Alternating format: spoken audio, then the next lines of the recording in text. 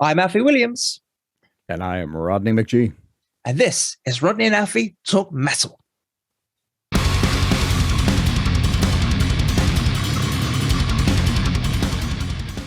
I have this topic I wanted to bring up with you, and I have a little bit of background with it. I don't know how it is with you in the US, so I'd be really interested to see where you land on it and how far maybe we can meet in the middle with it. So here it is.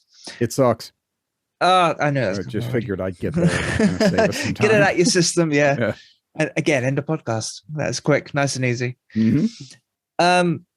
I used to be an audio engineer, like I said, and let's start a different way. I went to a summer town fair a weekend or two ago, and all of the bands were cover bands, and they were playing all of your classics, Nirvana, Red Hot Chili Peppers, family friendly stuff. Now Nirvana's family friendly. That's a different conversation. But anyway, my point is they were a good band in terms of musicianship. They were very good, and I enjoyed them. And even I enjoyed watching them play Red Hot Chili Peppers because, as it happens, Red Hot Chili Peppers were playing in London, and I couldn't make it. So I was like, this is it for the time being. And they were pretty good, and I was happy with their performance. Anyway, when I was an audio engineer, I can't help but notice the original bands that would come in on a Thursday would have about 30 people there, and it'd be like 5 people per band, the band and like 2 or 3 friends. Come the weekend, you'll have the place packed out in front of a cover band. We had like a T-Rex cover band, Guns N' Roses, there's an AC/DC cover band, all of these bands that are making careers out of covering other people's music. And it just really annoyed me that original musicians that put into, that practice their craft, try and make their own way in the music industry, have no interest from anybody but their friends. And then you can draw a whole room full of an audience by playing covers. And it annoys me as a musician, but I can't help but treating it like a guilty pleasure because, like I said, I enjoy it. Mm-hmm. But for me, I get it's uncomfortable where someone thinks they're the reincarnation of Jim Morrison, and it's just a couple of guys on stage going, "We just want to play some of our favorite tunes." And I think there's maybe a sweet spot in the middle. What are you thinking? Sure. Well, I think there's, one, the delineation we have to make right away in between a cover band and a tribute band. Okay. Well, lay that out for me. What do you think the difference is? Well, a cover band just plays the songs. They're just playing covers. Okay. A tribute band thinks they're the real thing. Yeah. Well, I'm not sure if they're all mentally unhealthy like that, but they, very well, they put on the whole experience. That's right. How I see a lot of tribute bands marketed. It's like the Pink Floyd experience, right? So, they're trying to basically give you as close to a duplication of seeing that band as possible. So, yeah, I mean, I'm of mixed mind on a number of the things, because I don't think it's all one thing. Mm-hmm. With some of the tribute bands, I go back and forth with it. Like, I'm a little kinder with tribute bands for bands that aren't around anymore, mm-hmm. that you'll never get to see, or especially from, say, a generation ago. Yeah. Where, it's a different type of show, and especially young kids have never seen this type of thing. And it's like, this is as close to that experience. Let us try and give you a little insight into what seeing that band was like and that experience. So I kind of get that. Like, if you're coming around in a Who cover band or a tribute band or something, which, Christ, they're actually still touring sometimes, or, a Zeppelin tribute band or something like that. It's like, okay, these are legendary bands known for their live show, and you're going to try and get me that. But then there's also like this other thing of it where I feel like I see a lot of tribute bands that are just like, I don't, this is a term I don't like, but I think it's apt for this, but like failed musicians. Yeah. Who just didn't make it with whatever they were doing. So now they're going to try and still live their rock star dream, but by using music that was better than what they could write.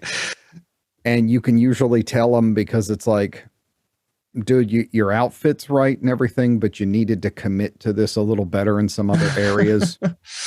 Like, I don't know, getting in shape or, Yeah. something like that. Or I'm pretty sure that, Nikki Sixx didn't wear a headband and covering his skullet. Stuff like that. So, things like that. It's kind of funny as you bring it up because just a little bit ago, I don't remember the band, but on my Facebook feed, I saw a Motley Crue tribute band, and they were doing the whole Shout at the Devil era thing. I mean, to the detail, they had the pentagram backgrounds. They had the huge boots on. The outfits were meticulous. I mean, they looked exactly like the outfits those guys wore on the album cover, stuff like that. They were better than Motley Crue has ever been. I believe that. Well, that's not a stretch. But, it's like the guy doing Vince Neil sounded like Vince Neil on the album, not Vince Neil live in concert. Yeah, yeah. So in a weird way, it's like you finally got to see Motley Crue the way you always wanted to see Motley Crue, which was good. The instruments were accurate. The tones were accurate. I mean, they really had it down. And there was a part of me that was like, I'd go see this. Like, just because I'd seen Motley live and I was just like, even at that incredibly young age, I was like, something's wrong here. And, and just listening to, Vince basically have about 5 verses of the first song before his voice just utterly gave out on him. And, but these guys, they had the stage moves down. Like I saw them doing like Looks That Kill, and they had all the moves from the video completely done. Like it was like watching the video, but like on a state fair stage or something. Yeah. And so I would, I get your thing with that. It's like, I think that the categories and the people doing it can't be lumped into one or the other. Like I said, you're going to get some people that are just like, I'm like, dude, let Poison go. Just let it go. And they're trying to use somebody else's music to, live out their rock star dream and that type of thing. And some that, go, hey, there's money to be had doing this type of stuff, and I can put on a better show than they did. Yeah. And a more reliable one, and you get to see the Motley that you wanted to at about the third probably of their ticket price and walk away, just as happy. And then, I've seen some cover bands that I've been like, wow, that was pretty solid. So, I'm more inclined to check out a cover band than a tribute thing because, like I said, I feel like a cover band's a cover band. You're gonna hear this stuff. But tribute bands, it's more of a dicey thing. It's like, am I gonna see those sad guys that I'm gonna wind up feeling bad for, or am I gonna see a really, really good act of like Pink Floyd or something, and they're just gonna blow me away with how accurate it is. And then not to drag on, but the final part of it being, it is irritating as hell to see people mining the past and making money and getting appreciation over new artists. But I think it uncovers something. And it is that the era of discovering music by seeing it live is long gone. Yeah. It's the reason these bands are so big is because people have already heard this music and now they want to go see it. Like they want a live experience. They still want to go to a show, but they want to know what they're going to hear ahead of time. So that's why only bands that are established are able to tour. It's because it's like, have I heard you on YouTube? Have I heard you on Spotify? Have I heard, you only show up for bands like that. And if you're not playing with an established act that's already going to pull people in, there's almost no point to you playing live. You're just not a draw because people are like, I don't know what I'm going to get. I'm not risking it. And people just are kind of weirdo shut-ins anymore. You know, they don't want to go out and adventure or risk, you know, I blew the price of 3 Frappuccinos on this, or, you know. So I think it really rings that in. You know, it's like people would rather listen to music that's 2 generations old, played by people, you know, that are not even the original band, than they would take a chance on something they haven't heard. Yeah, I mean, I totally understand I don't know the best way to categorize it, the risk reward kind of thing there. Like, you'll know what you're getting. There's no buyer's remorse. Mm-hmm. I completely understand that. I just, and even the way you describe it, it feels like win-win-win. The audience get what they want. They get to relive the music they enjoy, and nostalgia comes up again. We talk about nostalgia quite a lot. Mm-hmm. You're reliving your youthful days of the bands you liked. And as you say, if it's an older generation band, Nirvana, Guns N' Roses are back, Pink Floyd, all of those things, it makes sense. And I can totally see why you would do it. It just makes me feel really uncomfortable. What's the other point I was going to say? Well, I guess to take up your point that you can't take a punt on a random live band anymore. And I think when I was playing in my band, like many years ago, I was on the tail end of that, where the interest in live music for newer bands was trailing off. You didn't just walk into a venue to see what was on. You, like you say, you had to have someone else draw you in, and we were always playing with someone else that was on the next rung of the ladder above us, and that kind of thing. And maybe it's always been that way.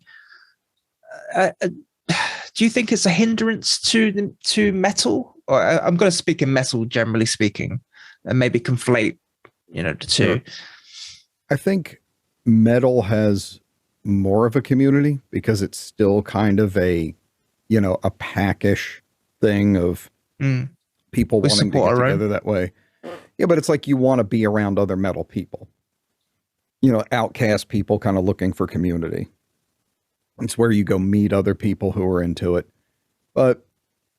And, you know, this is yet another topic for, you know, a subject I know we have coming up about downloading and streaming and stuff. But I think it's also a consequence of the instant availability. When you have so much of something, then nothing has any value anymore.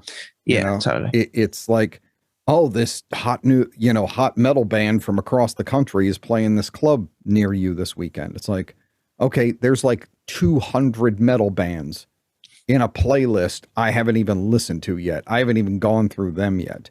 It's like, oh, so I can go pay and listen to this one band, or I can sit here and go through endless metal bands and hear it. And, you know, it's like we talked about, you know, a couple episodes back, it's massive quantity over quality. Like the thing I've referenced a number of times, and, you know, I was kind of lucky in this one, is, you know, when I was young enough that there was a club down the road from me in Baltimore, and I used to be able to sneak in underage.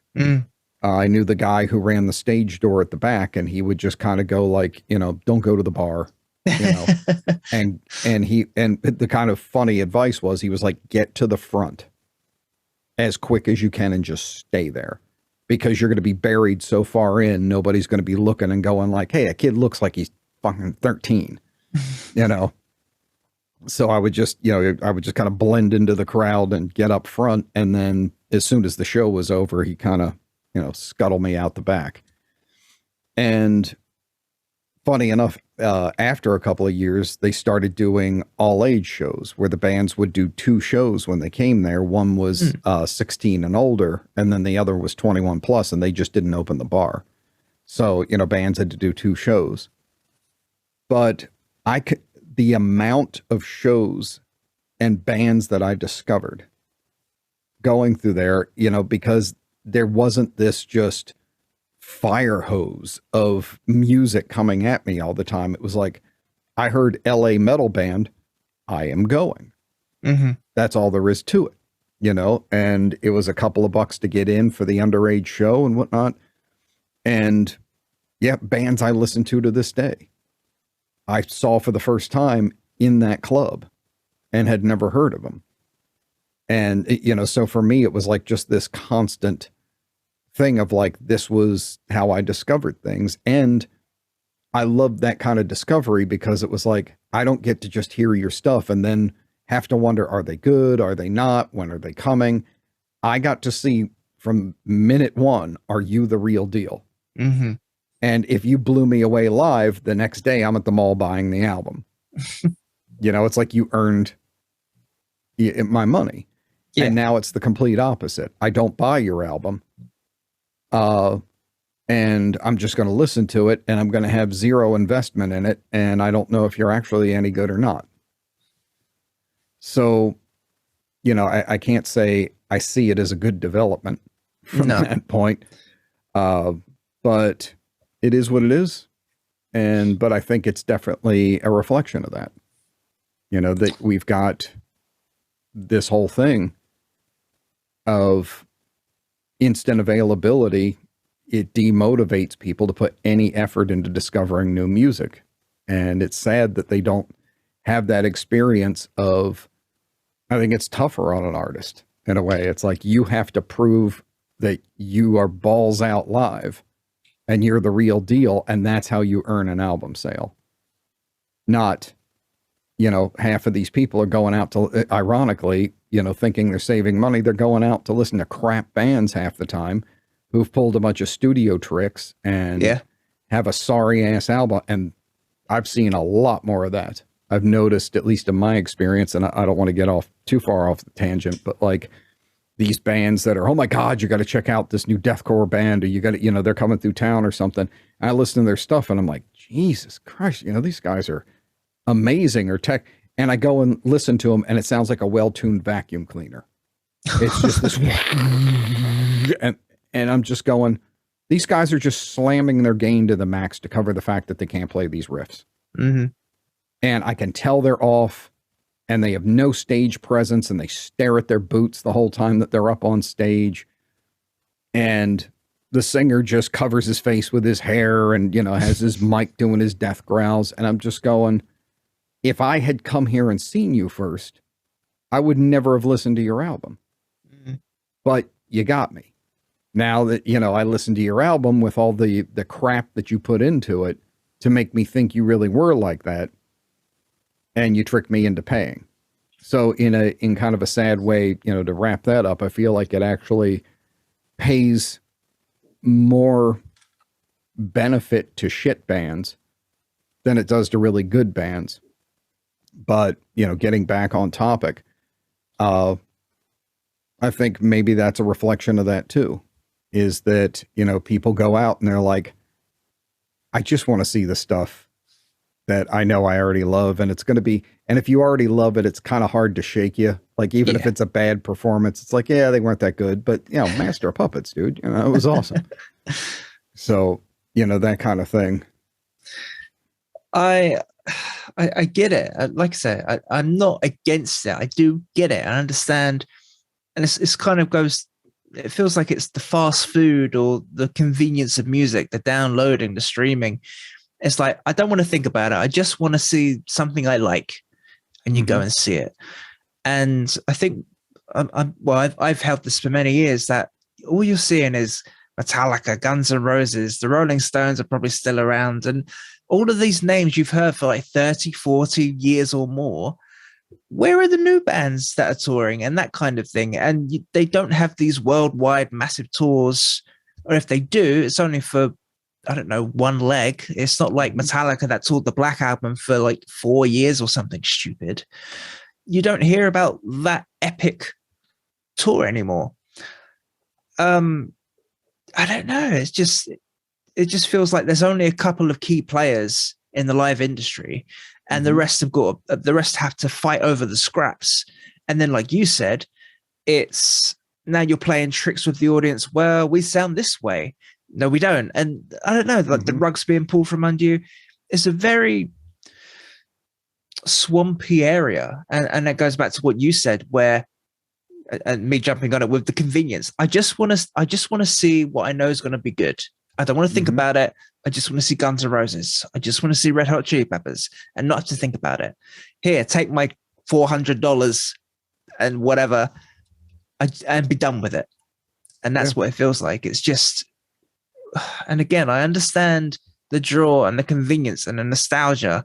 It's also on that end that, you know, we've talked about this before too, and it's that cannibalizing of culture thing. It's like from movies to music to everything else, we're out of ideas. And, you know, when people go like, yeah, I can hear 7,000 new metal bands today. And it's like, yeah, not a damn one of them's going to sound any different. None of it's going to sound new. You're just going to hear the same thing over and over.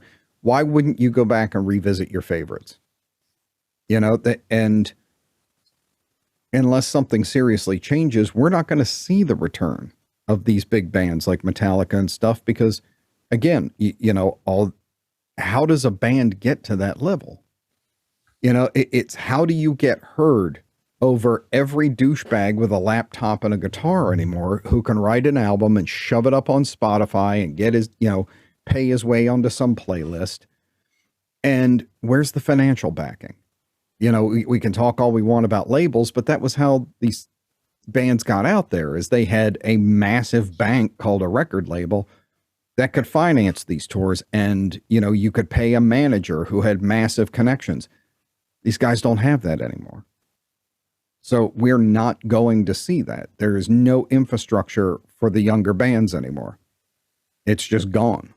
You know, even signing a record deal anymore is a joke. They're not going to invest in you anymore because, you know, they're going to give you a 360 deal probably and take a cut of just about everything. And you can't survive that way, and you can't build an audience. And I thought it was kind of funny and ironic. I forget what it was on, maybe Metal Injection or Blabbermouth or something. And they were talking about some band had broken up. And people were like, I never even heard of this band. But they were like, oh my God, you know, this is great stuff. And some guy was like, how come every time I hear about a new metal band I love, they're already broken up? And it was the only time I've ever responded to something. I was like, it was like, because you don't buy their shit. Yeah. Because you offer them no way of sustaining themselves as human beings. That's why. You know, there is nothing holding these guys up. You insist on more and more stuff from them. But again, you know, we're straying off topic. It's because of that too, is that, you know, these smaller bands don't have, unless they're, you know, really smart about it and, you know, really got into marketing and everything. A lot of them just don't know how to promote and put together some kind of event. So if you don't know how to market yourself, make an event, really appeal to people, know where to find them, know how to reach them, then the cheat code for it is, I play stuff you already love. Come see it. Yeah. It's a shortcut. Well, a cheat code is probably the best way to put it. Yeah. So it's like, you know, I can spend, you know, hundreds or even thousands of dollars promoting some gig and maybe lose my ass on it and, you know, put all this money and targeted marketing and everything into trying to get people out. Maybe make my money back. Or I can take out, you know, ads on all social media and stuff like that targeted towards people in a certain town and go, Motley Crue. And everybody that likes it's going to come out there. So, you know, I have a hard time being too harsh on the guys at the same time. You know? Yeah, no, I don't want to come across as harsh either. I think it's a horrible decision you have to take as a musician. I think you said it, where I don't want to say failed musician, because it might not inherently be your fault. It just might be that people don't like your music. That's not your fault, unless you're writing popular music. The audience doesn't get me, man. That kind of thing. That's not your fault as such. But if you want to go out there and play and make money, being a tribute act is probably a good way to do it. You're being paid to play. Yep. That's better than sitting in your bedroom writing songs that no one's going to listen to. At least it's halfway there. You're performing. Okay, it's not your stuff, but you get to relive. Well, it depends how far you take it. Are you the reincarnation of Slash, or are you just along for the ride again? This is great. We're all having fun. I'm not Slash. You know I'm not Slash, but we're having fun. Mm-hmm. That kind of thing. I really stuck with it. Because do I enjoy covers? Of course I do. I mean, that's what I play when I play bass. I'm playing other people's music. Would I want to do that in front of an audience? Sure, if I was competent enough. But I still feel like it gives me a bad taste in my mouth that we don't allow original bands their time in the spotlight. And I don't know, I don't want to say who's to blame, but I don't know who's at fault. Is it because your music isn't accessible? Is it because we don't have the infrastructure? Like you said, there's no backing for bands. Is it the consumer where it's just too much of everything? Yeah, and convenience. I think that's really the biggest contributing factor. You know, like I said, I haven't heard of you. What's my motivation? And whereas they can vet any band that they want to by going online and listening to their album for free, there's no risk for them. And not only that, but it's like, why would I go through driving, gas money, parking, extraordinary beer prices, maybe the band's good, going back home, doing all this, taking up my whole night, when I have a fire hose of music being blasted at me 24 hours a day? And sure, it's you can always make that argument of like, yeah, but it's the same song over and over and over again, and you're just listening to algorithms and all this crap. But there's no guarantee that the band you're going to go see isn't just one more of those. Yeah, how do you get across to them that you're not that band? And again, that's where marketing comes in and stuff like that. But, how many hats can a musician wear at this point? It's like you have to be a promotional person. You have to be a social media person. You have to be a graphic designer. You got to be an artist. You got to be, a management, booking agent. It's like there aren't enough hours in the day. No. So, when it comes to that point, again, we're just cannibalizing culture. We really want the familiar, and we're uncomfortable with things that seem new or different. And we're out of ideas. And then you've got people out there that'll go, well, I got Metallica for you, and you don't have to pay $100 for the ticket. Deal. So, and I think it also lends itself, like a tribute band can feature itself. Like if you're going to go see a tribute band, it's like, I'm going to see this band. Mm-hmm. Because I want to see Pseudo Floyd, Yeah. Yeah.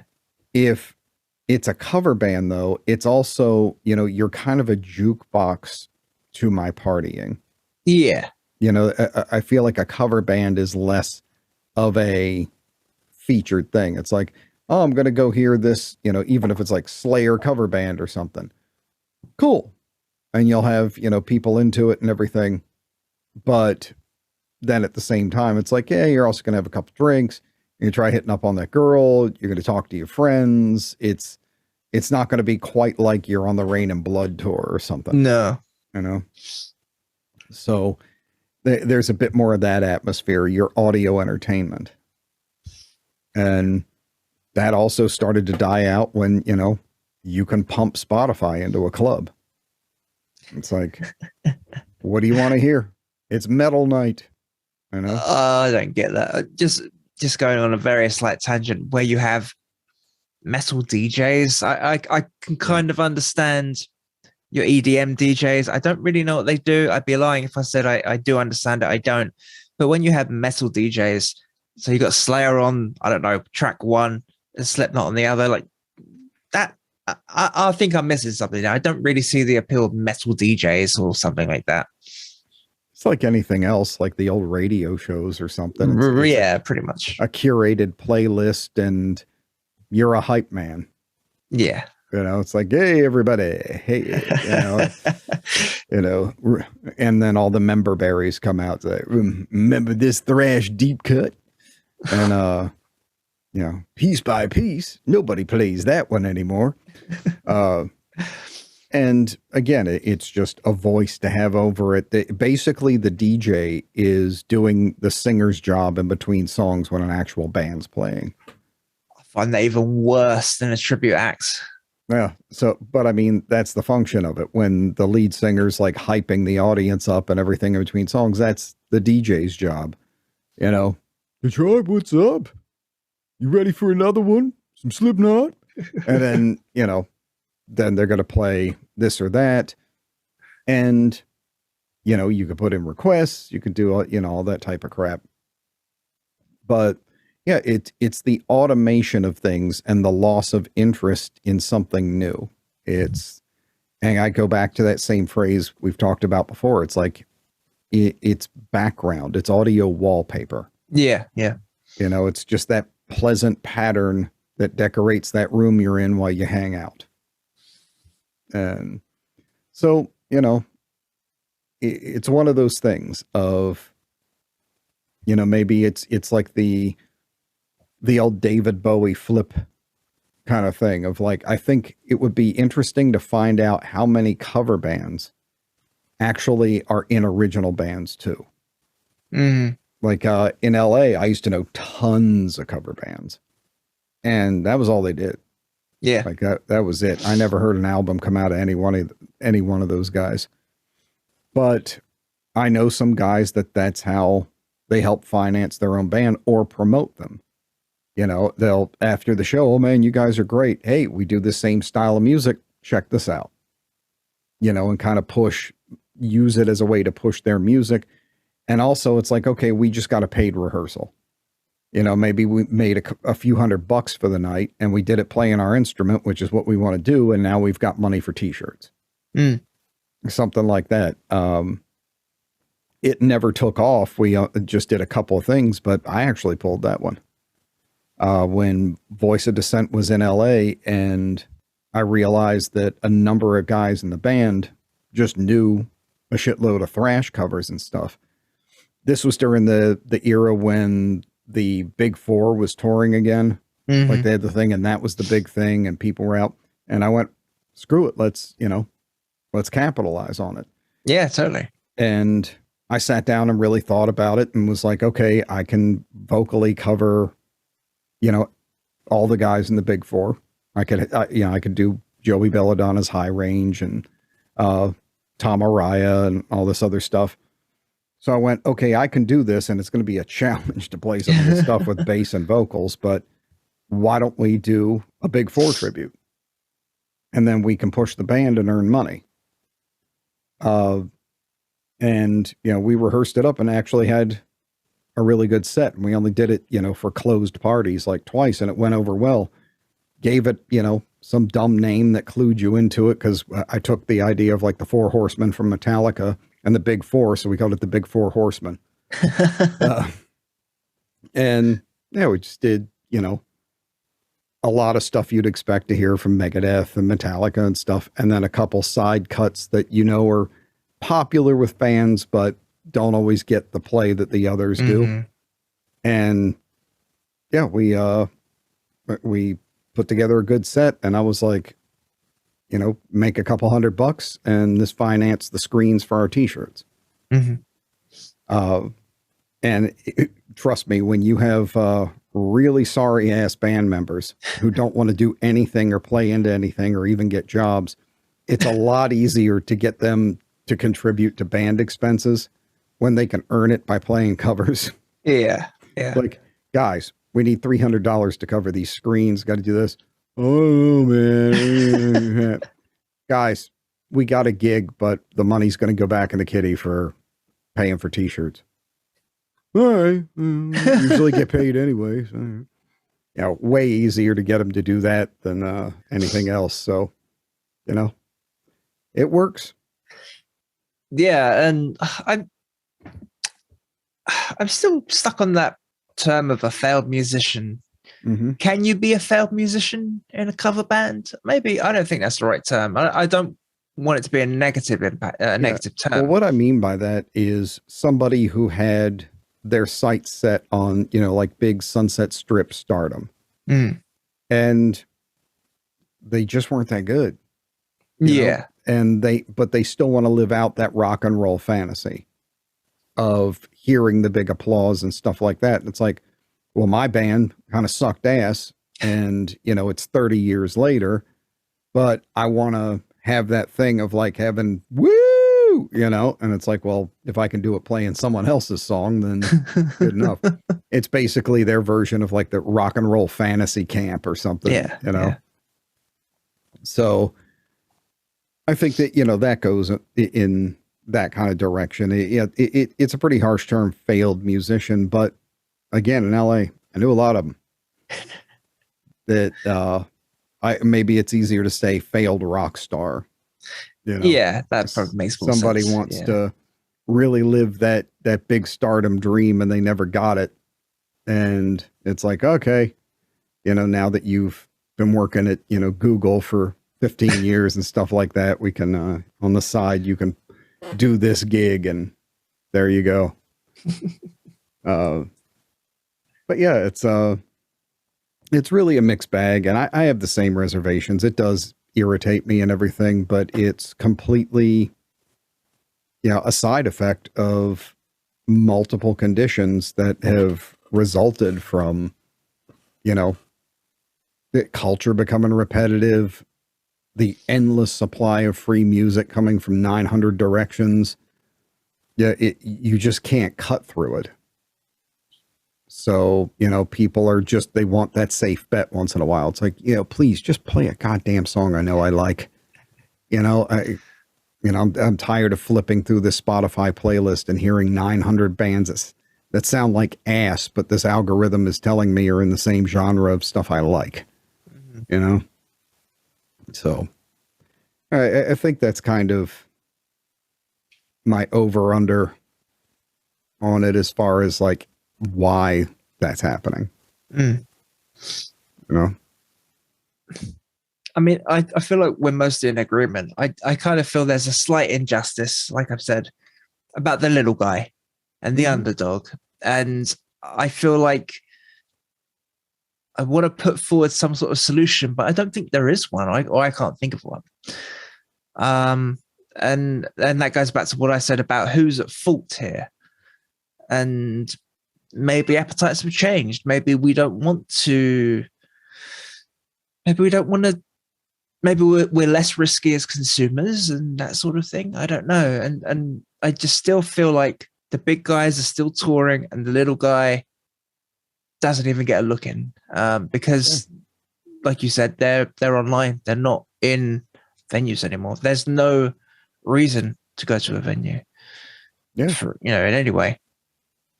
You can get the music for free, and then half of these douches are sitting at home and waiting for the people who actually do go to the show to come back and put the video up on YouTube so they can see, yes. Do I like this? And, watch the whole show for free and shit. And it's just like, you're just picking at the corpse here. There's got to be at some point you got to ante in, Sorry. I just wanted to say there was so I saw this cover band recently and they said, oh, we're playing another show next month. Come and see us. We're playing with such and such. And I looked at a video of them and they were playing a Billy Idol cover of Rebel Yell. Billy Idol was a sex symbol and these guys were putting me to sleep. It's like, this is embarrassing. This is a cover band, not a tribute band. Mm-hmm. So big difference, as we've discovered. But like, I just thought, you're not even trying. Yeah. So like that put me off. And now I'm feeding into the problem where I don't want to see this band because I know they're not putting in the effort. So it just feels like this horrible, vicious circle. Yeah, but I mean, that's a one-piece example though. Yeah. I mean, what if they would have killed it? Then I would have thought about going. Well, that's what I mean. So Hmm. it was that band sucked ass is what they did. Yeah. And that gave you a fair assessment of, you know, whether you wanted to deal with them or not. So to me, that's, you know, I don't feel like the underdog got crushed or anything there. It's like, dude, you suck. Yeah. You know, That's your chops. Yeah. you're just taking up space here. And that's how bands should be tested. Yeah, I agree. You know, yeah, because you know, you can do a lot of things to get over on people, but going up on a stage and pulling it off, that is the no bullshit, you know, do it or keep on walking type of thing. So I'd be way more inclined to go see a lot more newer bands if their material was held back and I needed to experience it live. Yeah, because, you know, there's it's gotten too easy for it just crappy, you know, I hesitate to even call them musicians, but just repetitive people doing the same crap to just throw stuff up on the internet and then gather a number of fans because, you know, I sound just like Korn, and then get people to come out and see them. It's, you know, well, I got your ticket money now. If I can expand on that point a bit, so do you think, I want to be very accurate in what I say. Do you think that musicians who put themselves in front of an audience, good or bad, are more deserving of your time than someone who just posted an album on the internet? So even if they're good or bad, they think they're good enough or ready to be in front of an audience. Does that count for anything, or would you consider them exactly the same as any other band you could stream? Today it doesn't make a lot of difference because, you know, I'm still not going to discover them initially by seeing this show. I'm going to see, you know, either hear their music or go something. So, I mean, you know, they could be a complete piece of crap. Like, my judgment is on my first hearing of them, not at the show. Right. Whereas, you know, before it would be, oh, my hearing them was at the show and it impressed me enough to go and follow up and then listen to the recordings. So I don't see too much difference in between those two things. No, I wonder if I explained that properly. I just sort of feel like we said, any Tom, Dick, and Harry can make their own record in their bedroom. Mm-hmm. But it feels like if you and your friends feel like, yeah, we can do this, let's go and play at a show. I just wonder if that's sort of like a different pedigree of musician. And again, we can split hairs on how good they are, but I just wonder if that would give more credence. If a band says, hey, we're playing, come and see us, we're worthy of your time, if you know what I mean. I'm definitely going to have, you know, unless they're atrocious and suck live. Yeah, I'm going to have more respect for a band who is like, come see the real deal, than a band that just goes, yeah, no, you know, because I just sit there and go, why? You know, why would you not want to go out and be appreciated in a live setting? Why would you not want to hear feedback from an audience? Especially, you know, in other forms of music, maybe, but like, especially in metal, it's just kind of like, you know, the energy thing is a big part of what we do. Why would you avoid that whole piece of it? Like, every metal musician I knew, and most still to this day, have this thing of like, I just want to play out. I want to play out. It's like, well, why are you avoiding this? You know? Yeah. So, yeah, I mean, and it's kind of like going, I'm willing to prove it. So. I don't see much of that attitude. And for me, I think the problem is I live in a small town. So there's not a massive metal community as there would be in a city. I kind of feel like if you're in those circles, I think like you said at the beginning, if you're in that metal circle, there's much more acceptance and willingness to give you a chance rather than someone who's playing, I don't know, like Britpop covers in some random pub in a town outside of a city. Like we've been saying, music is so fractured into so many little groups, and it's also personal. This is a much bigger discussion of everybody's got their headphones and their own Spotify playlist. It's just so personalized. Mm-hmm. And thankfully metal is still holding on as a group. Like we know what we are, we know what we like, and people are pretty much in agreement with what the rules are. Mm-hmm. So thankfully there is that benefit to metal. Yeah. Like I said, metal has a bit more of that communal type of thing. But, like I said, I still see it going on. I feel like it's the newer genres that suffer from it the most. Guys who listen to, say, like, more traditional metal or thrash or power metal or something like that, they're more likely to still want that community thing. Whereas when you have like these gent bands and stuff like that, it's a bit, I'll say it's just a bit more nerdish and probably not high on the social skills list. No. And they just have that thing of like, if I haven't heard it on a playlist, I'm not going to invest any time on it. So, there's that part of it and everything. And, like I said, on this topic, it's like, not for the first time. I can't remember who it was, but I saw like a title clip from a musician that you would think was doing all right. And it said, I make more from my outside businesses than I do from music. I believe it. Yeah. Yeah. And I know a lot of actually, this really surprised you. Want to see how bad the state of it is. It was Sammy Hagar. Oh, it's like he makes more money off of Cabo and the other stuff that he does than royalties off of some of the biggest hard rock albums out there. Okay. Because, nobody's buying them. It's all streaming. And streaming doesn't pay shit. So, he was just like, yeah, that time's gone, man. And it's like when you're running a bar and selling tequila and shit, and you're making more money than royalties from being one of the biggest rock bands of all time. Dude, tell me how some 18-year-olds, getting a foothold in the door.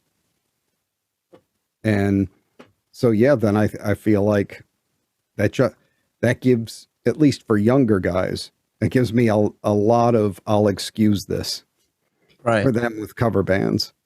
Yeah. Because it's like, dude, you got to get paid for something at the end of the day. I know musicians aren't supposed to want money, man. Yeah. Can't eat applause, bitch. What about the exposure? You mean the thing people die of every year by the thousands? Don't even start. Yeah. Exposure. Like I said, we're leaking into another topic for the future here, but I kind of want to throw in, I don't want to start a new topic, but I just sort of want to maybe put pins in this. And if anyone in the comments wants us to continue with this sort of conversation, you've just touched on with, why have I drawn a blank already? You said it 30 seconds ago. Being paid, which we talk about a lot. Being paid is a big thing. And I kind of wanted to tie in cover bands and tribute bands with nostalgia. This is more of probably an older musician, an older consumer topic, I guess. But yeah, just to sort of throw in nostalgia.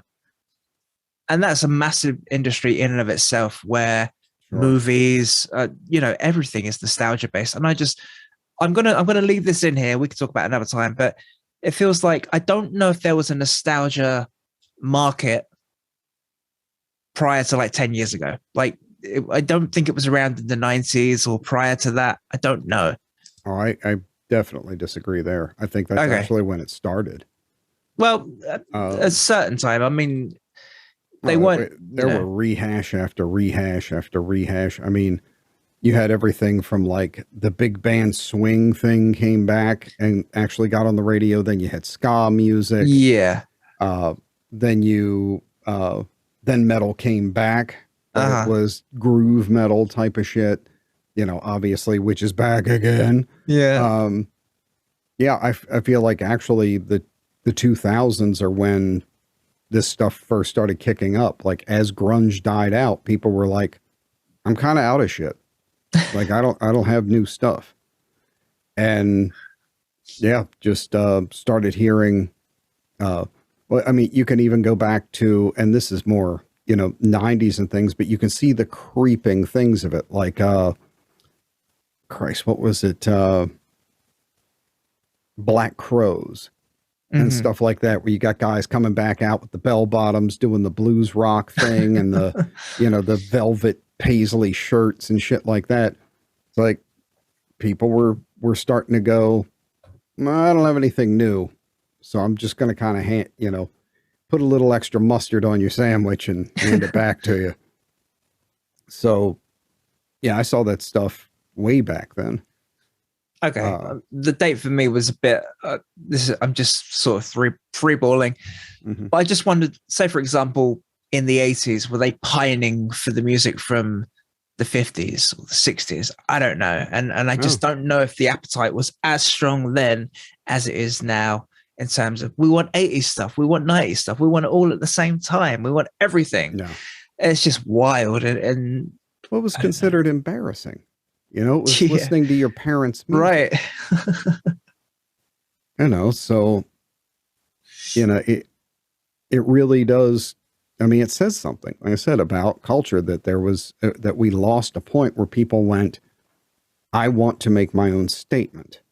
That there's, I'm sure this goes into all kinds of psychological and societal issues, but it's like, I want me.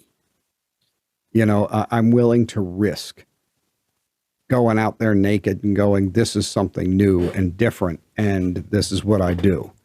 And I'm going to try to adventure rather than how quickly can I put something together that sounds professional and I can get on TikTok. And that's a big part of it too. It's the speed of vomiting out the stuff. That, you can have quality or you can have constancy. You cannot have both. And when it's like, oh, we need a new song clip today. We need a new audio clip today. We need to do the show part to the solo. You got to do this. That is just, you're just emptying your mind out every day and there's nothing left in the bank, man. I do want to come back to this and we can tackle it again in a bit more detail. I kind of want to leave it on a bit of a mic drop. I wonder if this younger generation is taking elements from past generations because they don't have their own. Yeah. So they have to not steal, but that's another word, re-something, re-articulate it. Recycle. And they don't have their own grunge movement, their own disco movement. They have to take everything and reattribute it and say this is theirs. So I think they're lacking a lot of imagination. Oh yeah. Controversial. No, it's not. I mean, this is helicopter parents. This is play dates. Yeah. This is safety. It just, don't go outside by yourself. Don't go to the park by yourself. Don't play with friends mommy doesn't know and get out of my eye line. Like, we've turned into this just horrifying matriarchy of just the most terrifying, overbearing mother of a culture. And it's nothing is worth not being safe. Oh, I don't know. Human civilization is worth it. The arts, culture, music, film. Come on. Do you watch Red Letter Media? No. On YouTube? Oh, okay. Oh, okay. So they were reviewing Star Wars, the Obi-Wan thing that came out recently, and there was a phrase. I think it was one of their presenters said, "Star Wars is now." Oh, I can't remember the thing. It's like culturally devoid or something like that, or something like that. And it's like, yeah, they've ran out of ideas. Yeah. And it just feels, and this is no surprise, everything has run out of ideas. They just spin off this, spin off that, and just it's remember this. It's exhausting, and I just kind of, I don't know. Again, another topic to discuss at a later date, but I feel like these are threads that link together. Yeah, nostalgia, cover bands, tribute bands, rehashes, and all those sorts of things. Oh yeah. But so I think there's a place for all of these things, but there's a downside to it too. And it's kind of like this has become a byproduct of where music has gone, especially the music so-called industry. So yeah, we can throw some stones, but I don't think we can throw ones that are too big, because if you just really love music and you like to perform, but you can't guarantee an audience unless you play something that people are, willing to come and see. At the end of the day, the audience owns the pocketbook. So, you can call it selling out or whatever you want to, but playing to an empty place is a shit thing to have to deal with, man. No, and like I said, it's win-win-win. The promoter, the band, and the audience, they all get what they want. And I struggle to find a negative side of that. And, it's a hard pill to swallow. Yep, for sure. So, well, I would definitely be curious in the comments on YouTube, if you're on there, or any other platform that allows them, what you guys think of them. Are you guys in cover bands, and what are your experiences on them? That'd be really interesting. And speaking of streaming and all that stuff, because we're doing it now, because we're hypocrites, leave us a good review if you're enjoying the show so far. That really helps, and it actually pushes that omnipotence that is the algorithm. Because when they think you like it, they serve it to more people, and that helps us keep going. So, I think that'll probably wrap it for this topic. Maybe next week we'll do a cover of this episode, and we'll just do it slightly differently, or I'll shave my beard and do it differently. Oh, I could be like you. Yes. There we go. Oh, that's what we have to do. We have to do a cover episode of us. Oh, God. Imitate each other. Oh, we need to do that. Amazing. We need to do that on April Fool's Day or something. Halloween. Oh, okay, you're on. We are going to go as each other. Holy shit, you're on. That is good. Okay. And see, now you got to hang out for this one. That's going to be hilarious. We're doing it. Halloween. Sorted. Yeah. So it's going to cost a lot in meth to get Alfie that angry. But I'm going to have to fly over to England and punch him in the face or something, get him that furious. Character acting. Put some salt in his gas tank or something. Yeah, that's brilliant. But yeah, leave us a good rating if you're enjoying this so far. And another cool topic. And I definitely want to hear what the audience thinks. So hit us up on that. And again, all streaming platforms if you're switching from one to the other. And we are on YouTube at Rodney and Alfie Talk Metal. So we'll call it a wrap for this one. I am Rodney McGee, and I am Alfie Williams, and I'll see you with Rodney on the next one. Take it easy.